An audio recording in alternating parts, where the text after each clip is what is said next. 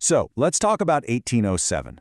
Britain takes this huge, monumental step and abolishes its slave trade. But, and here's the kicker, it took another 26 years, a full generation, before slavery itself was finally outlawed. How does that happen? Well, today we're going to unpack the story of that long, frustrating, and just incredibly complex wait for freedom. Okay, so the date is March 25th, 1807. After a grueling 20-year campaign, an act is passed. It's official. British ships are banned from the transatlantic slave trade. For the abolitionists, this felt like a massive, hard-won victory. You know, the end of a complete nightmare. But this immediately brings up a huge question. If the trade was abolished, why were there still 700,000 men, women, and children living in brutal bondage across the British West Indies? It doesn't quite add up, does it? And that's really the puzzle at the heart of this whole story. For the campaigners who had fought so hard for this, there was this looming sense that their work just wasn't done. The 1807 Act, it was a critical blow against the system, for sure. But the ultimate goal, the complete emancipation of every single enslaved person, was still way out of reach. You see, the abolitionists quickly ran into a really harsh reality. While they had managed to cut off the supply of newly enslaved people from Africa, they hadn't actually touched the source of the profit.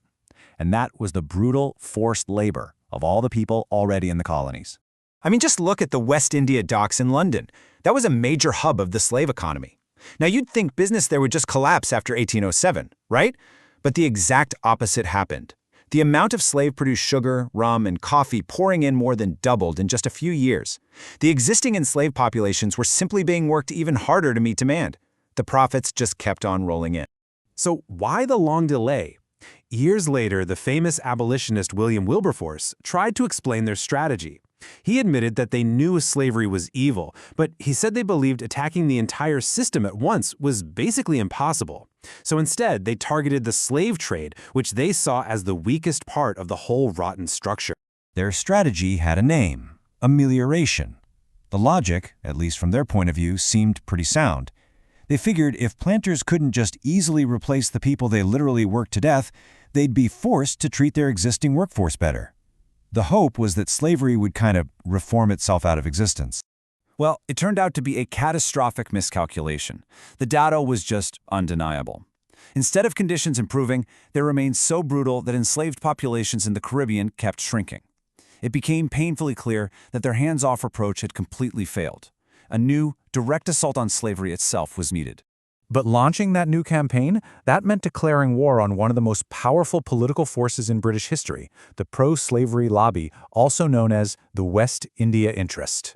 And this was no fringe group. We're talking about a coalition of incredibly wealthy plantation owners who didn't even live in the colonies, powerful merchants, and dozens of members of parliament. They were a seasoned, well-funded political machine dedicated to one single thing: protecting their massive investments in human bondage. And this created a complete political stalemate. On one side, you had the abolitionists arguing from the moral high ground, using heartbreaking testimonies from missionaries and mortality statistics. But on the other, the West India lobby was warning of economic ruin. They dismissed the abolitionists as out-of-touch, armchair philanthropists who just didn't get the realities on the ground. The voice of this pro-slavery argument was really personified by guys like George Wilson Bridges. He was an Anglican clergyman who had married into a Jamaican planter family, and he became one of the most ferocious public critics of the entire abolitionist movement. Bridges did not hold back. In his book, A Voice from Jamaica, he launched a full-scale assault on Wilberforce, calling him mentally deluded and accusing his whole campaign of being based on fake news and misrepresentation. It really shows you just how personal and vicious this fight had become. So faced with a failed strategy and this ferocious opposition, the abolitionist movement had to regroup. By the early 1820s, it was crystal clear that waiting for slavery to just die out on its own was a total fantasy. It was time for a new fight. So by 1823, after almost 16 years of failed strategies and pretty minor legislative tweaks, the old guard, including Wilberforce, they regrouped. They formed a brand new organization with a single clear goal: the complete and total abolition of slavery itself. But the old leaders were tired, and many were in poor health. The movement needed new energy, and that came in the form of Thomas Fowell Buxton, a physically imposing and incredibly determined man nicknamed the Elephant. He took over as the new anti-slavery figurehead in Parliament.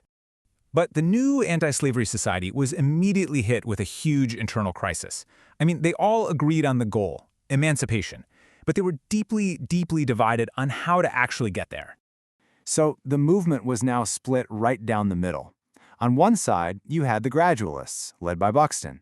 They favored a cautious, pragmatic approach of just lobbying the government.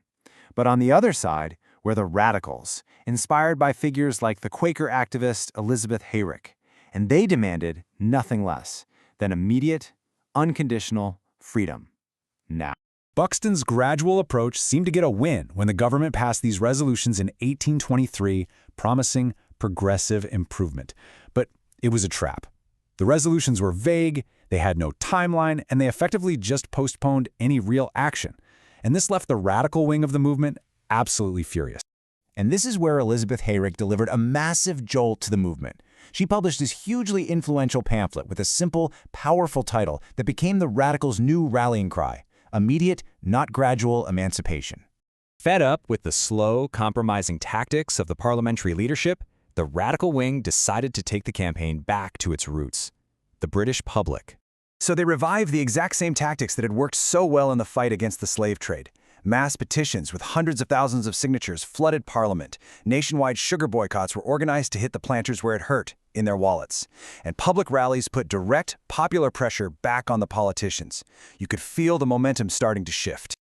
but even with all this renewed public energy, the institution of slavery still stood on three really formidable pillars: the West India lobby's power in Parliament, the vast wealth it generated, and this kind of lingering public sympathy for the planters as respectable businessmen.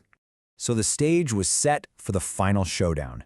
The abolitionists had morality on their side, they had the evidence, and they had a re-energized popular movement. But was it really going to be enough to bring down this powerful fortress? As it turned out, the next 10 years would see every single one of those pro-slavery pillars systematically dismantled.